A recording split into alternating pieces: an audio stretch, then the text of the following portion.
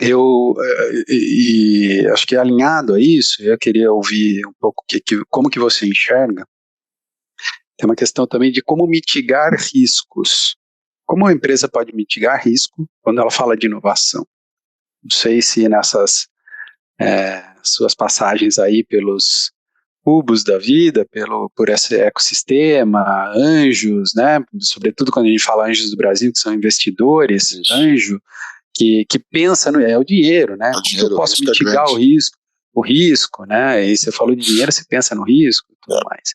Primeiro que a gente fala para o investidor cara, você vai investir em 10, uma vai vingar, 9 não, né? Mas enfim, o risco é altíssimo. Mitigar o risco altíssimo, cara, é complicado. Só falando do ponto de vista de investidor, né?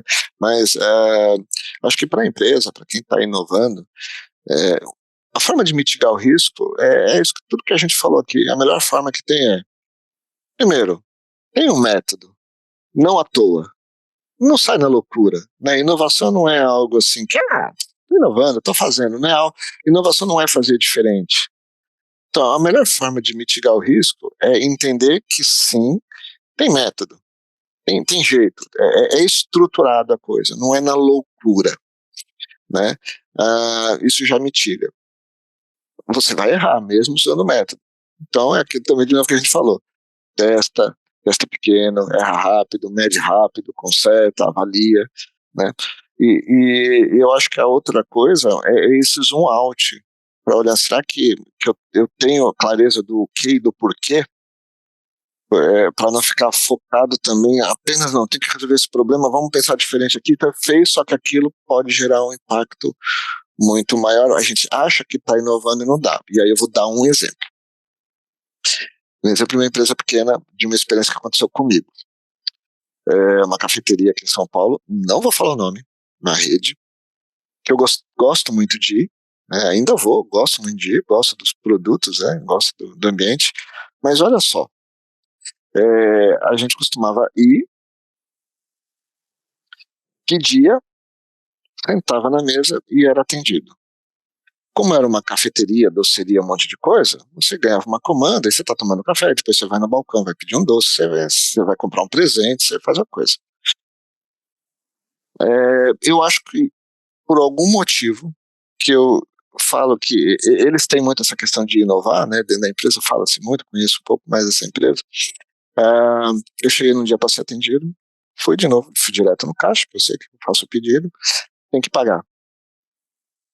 Eu falei, não, mas eu vou tomar o café, mas depois eu vou olhar, que eu vou comprar um doce aqui, vou levar um presente. Aí você faz de novo o processo, você vai lá e paga. Você já tem que pagar aqui, já tem que pagar. Aí eu pergunto, mas por que tem que pagar? Eu já tenho que pedir o café e pagar, eu não sei ainda o que eu vou comprar lá, e depois eu tenho que ir lá, pegar, quando eu voltar no caixa para pagar. Eu falei, não, é porque assim, a gente montou isso para conseguir separar melhor nos pedidos o que vem de uma coisa, o que vem de outra.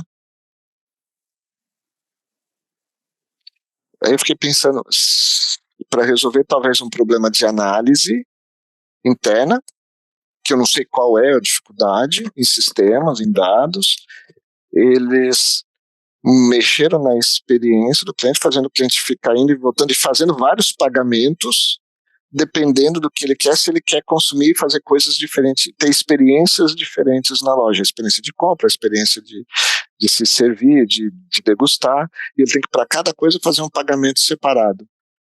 Possivelmente, dentro da empresa, a pessoa que vai se dar inovar, a gente faz assim, assim, resolve esse problema. Esqueceu de dar o zoom out e pensar no outro problema que eles criaram de experiência do cliente e que vai totalmente contra o propósito da empresa e o que a empresa fala que quer gerar de valor de experiência na sua comunicação. E um detalhe que foi o processo de pagamento separado. Então, assim, mitigar erro é tomar cuidado, porque às vezes você resolveu o problema. É isso que eu quis dizer agora. Você resolve o problema. Para quem estava com o problema, agora de repente ele tem mais fácil, a coisa mais rápida de gerar qualquer tipo de informação e aquilo gera mais rápido.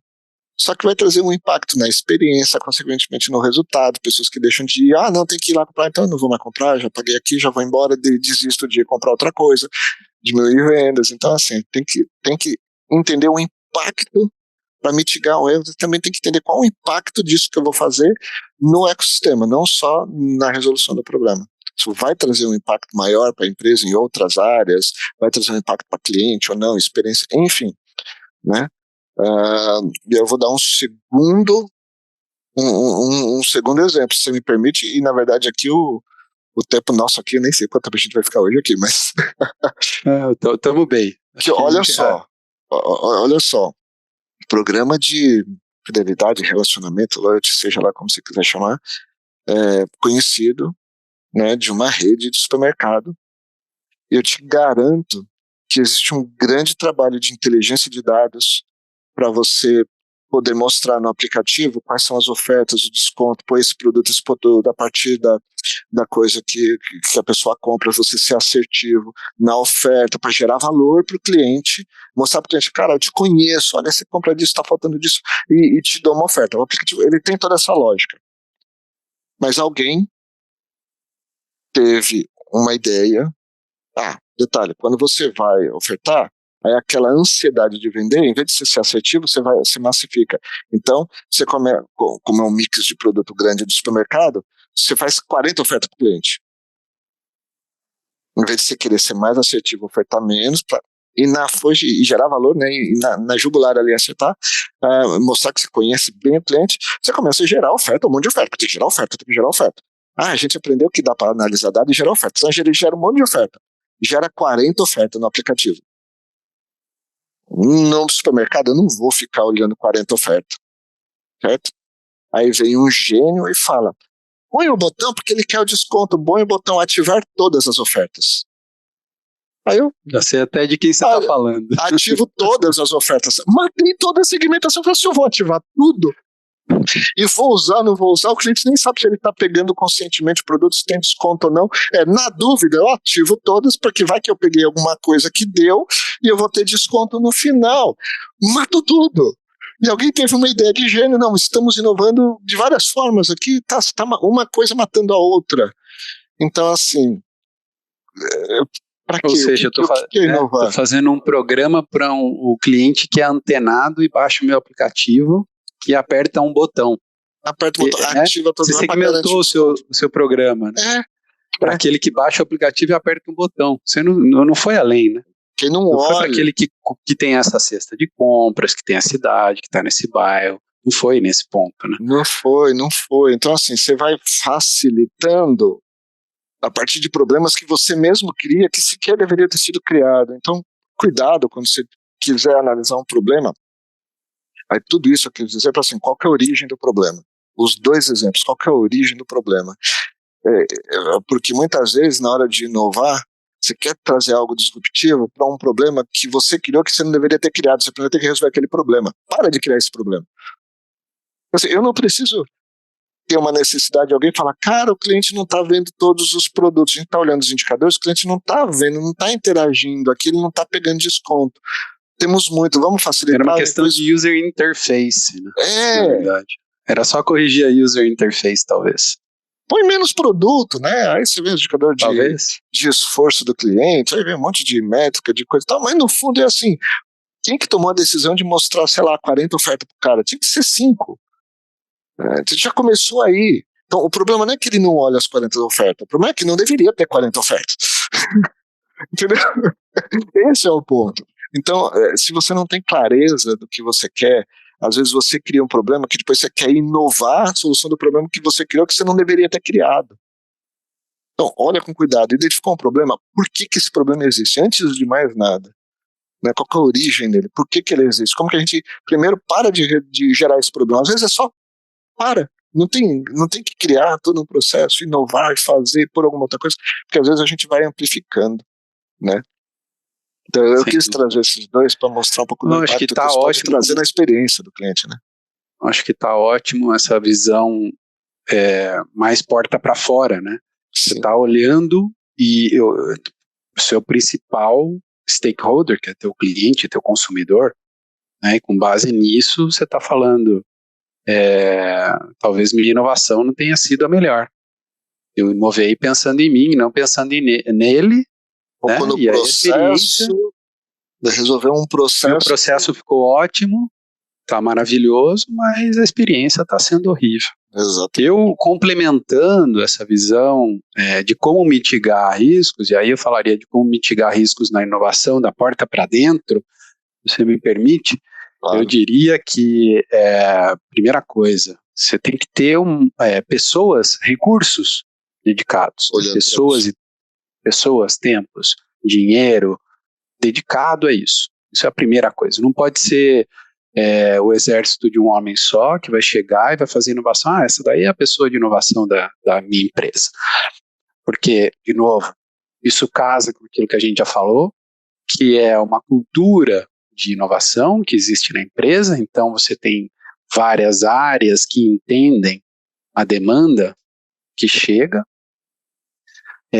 Pode ser uma área de inovação com várias pessoas, mas pode ser diferentes squads, podem ser diferentes especialistas em várias células, né?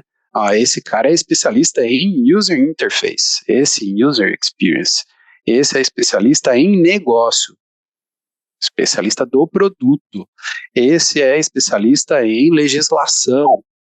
E aí você tem células que estão pensando em inovação.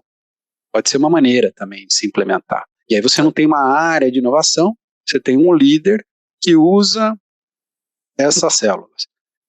Eu particularmente prefiro, nos exemplos que eu já vi, uma área que está pensando em inovação. Tá? Mas aí, claro que vai depender do setor que a gente estiver atuando. Outros setores é melhor você ter células e não uma área, né? Mas que não pode ser uma pessoa que está sendo o grande herói. Isso não existe um grande herói na inovação. A gente fala de diversidade de pensamento, de repertório, coisa numa pessoa não tem, né? Diversidade não tem de nada.